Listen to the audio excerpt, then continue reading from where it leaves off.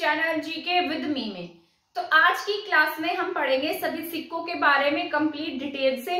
मैंने यहाँ पर लिख दिया है, कल की क्लास में मैंने आपको पूरा का पूरा समझा दिया था, उससे आपकी कुछ समझ बन गई होगी। ठीक है, तो आज की क्लास को हम आगे कंटिन्यू करते हैं, चाहे तो इसे आप अपनी नोटबुक में नोट भी कर सकते हैं। ठीक है, तो स्टार्ट करते हैं। जैसे सिक्के और मुद्रांक लिखा है मैंने, जैसे आपको मैंने कल की क्लास में बताया था कि हरियाणा में 200 ईसा पूर्व से 300 ईसा पूर्व तक के टाइम पीरियड में बहुत ज्यादा पुस्तकें नहीं लिखी गई थी, और उस समय में मतलब बहुत ज्यादा ऐसे शक्तिशाली राजा भी नहीं थे जो पुस्तकें लिखते लिखवाते। उनके क्या होते हैं, दरबारी होते हैं जो क्या करते हैं, राजा की प्रशंसा करते हैं, वहां के एरिया के बारे में लिखते हैं। तो उस पीरियड में ऐसा कोई भी बहुत अधिक शक्तिशाली राजा नहीं हुआ। इसके बाद में चंद्रगुप्त मौर्य का टाइम पीरियड आया था, जिसके समय में जैसे चाणक्य थे, चाणक्य ने अर्थशास्त्र लिखी, बहुत सारी पुस्तकें लिखी जाती हैं। हर किसी के दरबार में दरबारी कवि होते हैं जो क्या करते हैं, पुस्तकें लिखने का काम करते हैं। लेकिन इस टाइम पीरियड में कोई भी ऐसा शक्तिशाली राजा नहीं था जिसके समय में बहुत अधिक पुस्तकें लिखी गई हो, परंतु ये राजा क्या करते थे, अपनी मोहरें छपवाते थे, यानी कि कोई सिक्के चलाना हुआ, मुद्राएं छपवाना हुआ। तो इस तरीके के जो मुद्रा और सिक्के का काम है वो उस पीरियड में चलता था। तो यहाँ तक का इतिहास सिक्कों पर आधारित है। किस पर आधारित है ये टाइम पीरियड? कॉइन्स पर आधारित था, यानी कि इनके सिक्कों से हमें पता लगा कि यहाँ पर किसने शासन किया, यहाँ पर किसका बोलबाला था, यहाँ किस किस का शासन हुआ, और उससे उसकी ऑथेंटिसिटी से ही हमने अनुमान लगाया कि यहाँ पर सच में इनका शासन रहा होगा। जिस तरीके से महाभारत का युद्ध हुआ तो वहां के कुछ साक्ष्य मिले जिससे आज हम ऑथेंटिक मानते हैं। ठीक है, जैसे सुध है, नौरंगाबाद है, अग्रोहा है, आदि स्थानों से दूसरी शताब्दी ईसा पूर्व से पहले की क्या मिली है, आहत मुद्राएं मिली हैं। तो यहाँ पर किससे पहले की मिली? दूसरी शताब्दी से पहले की। ठीक है, तो यहाँ पर जैसे सुध है, सुध कहाँ है आपके? यमुनानगर में है, यमुनानगर से मिला सुध से। कुनिंदों के सिक्के मिले होंगे, यहाँ से आहत मुद्राएं मिली। यहाँ से नौरंगाबाद कहाँ है आपका? भिवानी में है। नौरंगाबाद के बाद आपके अग्रोहा जो हिसार में है। ठीक है, अग्रो की राजधानी भी रहा था ये। तो उस टाइम पीरियड में क्या था, यहाँ से आहत सिक्के मिले। आहत सिक्के मैं आपको बहुत बार बता चुकी हूँ आहत मुद्राओं के बारे में। इस तरीके की मुद्रा जिसको ठोक कर बनाया जाए, यानी कि कुछ ना कुछ उसके ऊपर छाप दिया जाए या कोई मोहर लगा दी जाए, तो क्या हो जाते थे, आहत सिक्के होते थे या आहत मुद्राएं मिली हैं। कहाँ से? सुध से, इसके बाद नौरंगाबाद से, और इसके बाद अग्रोहा से। इसके बाद बात करते हैं खोखरा कोट। खोखरा कोट आपका बहुत इंपॉर्टेंट है, आगे भी बहुत सारी जगह पर आपको खोखरा कोट देखने को मिलेगा। ठीक है, इसके बाद है मोहनबाड़ी। मोहनबाड़ी आपके झज्जर में है, मैंने आपको पहले वाली क्लास में भी इसके बारे में बताया था। औरंगाबाद नहीं, नौरंगाबाद है, ये क्या है? नौरंगाबाद। ठीक है, नौरंगाबाद वही है जो भिवानी में है, जो किसकी राजधानी थी? योद्धियों की राजधानी थी एक टाइम पीरियड में। ठीक है, जिसे पहले प्रिकर्तनाग के नाम से हम जानते थे। इसके बाद अग्रोहा, राखीगढ़ी, सुध कहाँ है? यमुनानगर में है।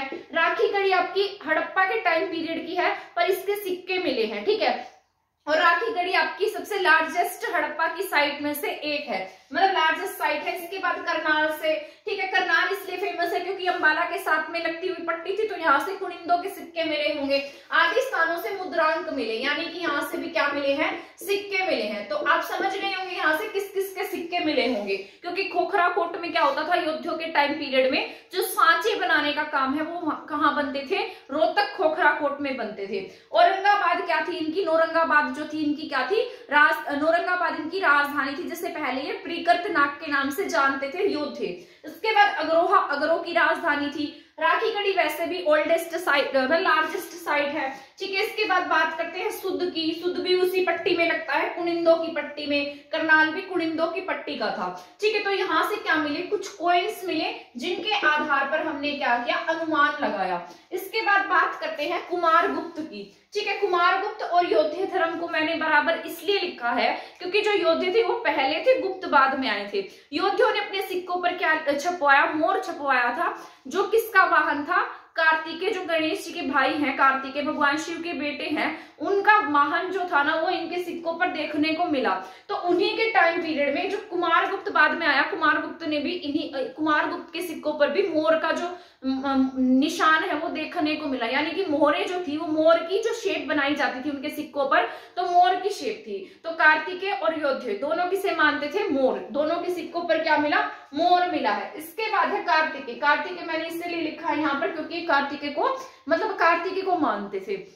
इसके बाद है मीठाथल। मीठाथल से क्या मिले? समुद्रगुप्त के सिक्के मिले हैं। क्या मिले मीठा तल से? समुद्रगुप्त के सिक्के। समुद्रगुप्त आपको पता है, समुद्रगुप्त वही है जिसने एक सिक्का चलाया था, ये संगीत को मानता था और इसके सिक्के पर इसे क्या बजाते हुए दिखाया गया? वीणा बजाते हुए दिखाया गया है, क्योंकि किससे प्रेम करता था? संगीत प्रेमी था, बहुत ज्यादा बहुत ज्यादा पावरफुल क्या था? ये राजा था।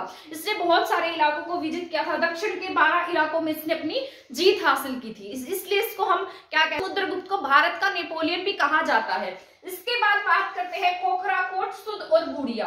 तो खोखराकोट से, सुध से और बूडिया यमुनानगर में है, सुध भी यमुनानगर में है। तो यहाँ से गुर्जर और प्रतिहारों के सिक्के मिले हैं। ठीक है, वैसे हमारे इंडिया में गुर्जर और प्रतिहार बहुत ज्यादा एक्टिव नहीं थे, ये आपको देखने को मिले होंगे, जैसे गुजरात है, राजस्थान है, इस साइड में ज्यादा एक्टिव थे, परंतु हमारे यहाँ भी कुछ कुछ छुटपुट एरिया में इनके सिक्के जो है वो हमें देखने को मिले। जैसे हमारा खोखराकोट था, सुध था, बूडिया था, तो वहां से क्या देखने को मिले आपको? गुर्जर और प्रतिहारों के सिक्के देखने को मिले। इसके बाद बात कर लेते हैं कुनिंदों की। कुनिंदों के बारे में भी मैंने आपको कल की क्लास में पढ़ाया था। ऊपर की तरफ जब मैंने आपको ऐसे मैप बनाकर बताया था कि ऊपर कौन एक्टिव थे, कुनिंद एक्टिव थे, तो उनके सिक्कों के ऊपर आपको लक्ष्मी देखने को मिली, हिरण और त्रिशूलधारी। यानी त्रिशूलधारी किसको समर्पित है? ये भगवान शिव के बारे में बात कर रहे हैं। ठीक है, तो इन कुनिंदों के सिक्कों पर क्या था? लक्ष्मी, हिरण और त्रिशूलधारी। अब आपसे एग्जाम में पूछ ले, बताइए ऐसा कौन सा शासक था जिनके सिक्कों पर लक्ष्मी और हिरण और त्रिशूलधारी थे? तो आपने पढ़ा होगा, तभी आप उसे टिक कर पाएंगे। तो वो कौन थे? कुनिंद थे। इसके बाद हिसार, अग्रोहा के टीले से इंडो ग्रीक सिक्के मिले, साथ में पंचमार्क सिक्के मिले।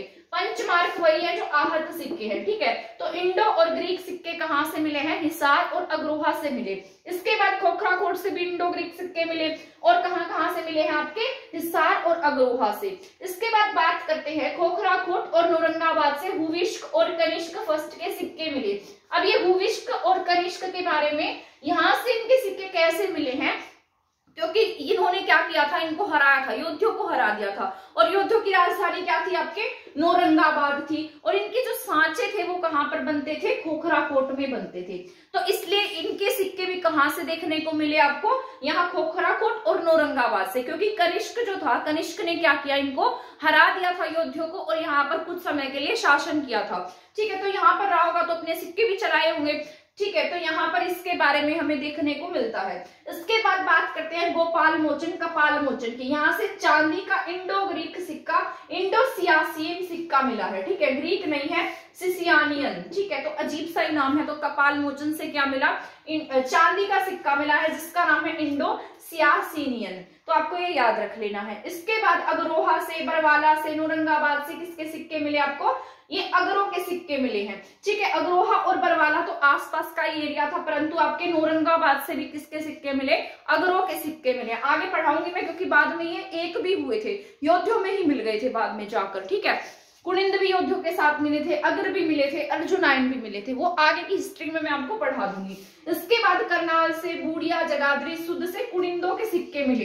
ये मैंने आपको पढ़ाया था। ऊपर के एरिया से किसके सिक्के मिले हैं? शिवालिक रेंज से किसके सिक्के मिले? कुनिंद के, जिस पर लक्ष्मी, त्रिशूलधारी और हिरण अंकित थे। तो आपको याद रखना है। और हर्षकालीन तांबे की मुद्राएं जो है वो कहाँ से मिली? आपके सोनीपत से मिली है। कहाँ से मिली है? सोनीपत से। तो यहाँ लिखा है हिंद यवन शासकों के दिरहम मिले सोनीपत से। तो ये हिंद और यवन इंडो ग्रीक कह सकते हैं इनको।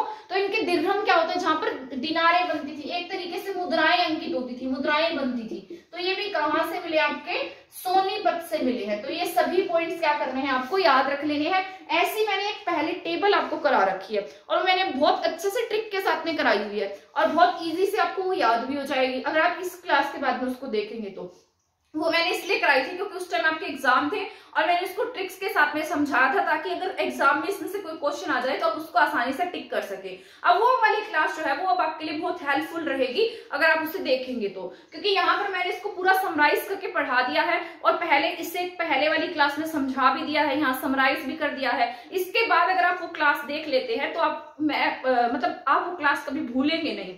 ठीक है, तो एक बार हम इसको रिवाइज कर लेते हैं, इसके बाद हम नेक्स्ट क्लास करेंगे। हमारी क्लास खत्म हो जाएगी। तो हरियाणा में आपने पढ़ा, आज की क्लास में आपने क्या क्या पढ़ा? हरियाणा में 200 से 300 ईसा पूर्व तक इतिहास का जो वर्णन है वो किसमें मिलता है? हमें सिक्कों के बारे में देखने को मिलता है। सुध, औरंगाबाद, अग्रोहा आदि स्थानों से दूसरी शताब्दी ईसा पूर्व से पहले की क्या मिली? इसमें आहत मुद्राएं मिली है। इसके बाद खोखरा कोट, मोहनबाड़ी, औरंगाबाद, अग्रहा, राखीगढ़ी, शुद्ध, करनाल आदि स्थानों से भी क्या मिले, हमें मुद्राएं मिली। पंचमार्ग सिक्के मिले। कुमारगुप्त और योधे इसलिए मैंने इक्वल रखे क्योंकि ये कार्तिकेय के वाहन इनके सिक्कों पर देखने को मिले। ठीक है, इसके बाद मीठाथल से समुद्रगुप्त के सिक्के मिले हैं। कुनिंदो के सिक्के ऊपर की पट्टी से मिले जिस पर कौन कौन अंकित थे, लक्ष्मी, हिरण और त्रिशूलधारी। इसके बाद हिसार और अग्रोहा के टीले से इंडो ग्रीक या फिर पंचमार्ग सिक्के मिले। ठीक है, खोखरा कोट से इंडो ग्रीक सिक्के मिले हैं। इसके बाद खोखरा कोट और औरंगाबाद से हुविष्क और कनिष्क फर्स्ट के सिक्के हमने पढ़े क्योंकि यहाँ पर क्या था, इन्होंने आक्रमण किया था और ये क्या हो गए थे, जीत गए थे। इसके बाद कपाल मोचन से चांदी के इंडो सियासियन सिक्के मिले। अग्रोहा, बरवाला, औरंगाबाद से अगरो के सिक्के मिले। ठीक है, इसके बाद ऊपर का जो एरिया था करनाल, बुढ़िया, सुध, वहां से किसके सिक्के मिले हैं, आपके कुनिंदो के सिक्के मिले हैं। और यहाँ से हिंद यमन शासकों के दिरहम कहाँ से मिले, सोनीपत से मिले। तो ये पूरी की पूरी जो क्लास है वो मैंने आपको रिवाइज करा दी है, समझा दिया है। अगर फिर भी कोई डाउट हो तो आप कमेंट सेक्शन में मुझसे पूछ सकते हैं। आज की क्लास में इतना ही टॉपिक रहेगा हमारा। नेक्स्ट क्लास रहेगी हमारी मूर्तियों के बारे में। ठीक है, कि कहाँ से कौन सी मूर्ति मिली थी, महात्मा बुद्ध की मूर्ति, सनातन धर्म में भगवान की मूर्ति। ठीक है, हिंदू जो हमारा सनातन धर्म है उसमें गणेश की मूर्ति, लक्ष्मी की मूर्ति, या अलग अलग जितनी भी मूर्तियां मिले, भगवान शिव की, विष्णु की, उन सब के बारे में पढ़ लेंगे। ठीक है, तो आज की क्लास हमारी यहीं पर खत्म होती है। अगर आपको मेरी ये क्लास पसंद आई हो तो प्लीज मेरी वीडियो को शेयर कर दीजिएगा और मेरे चैनल को सब्सक्राइब नहीं किया है तो आप मेरे चैनल को सब्सक्राइब भी कर सकते हैं। थैंक यू, धन्यवाद।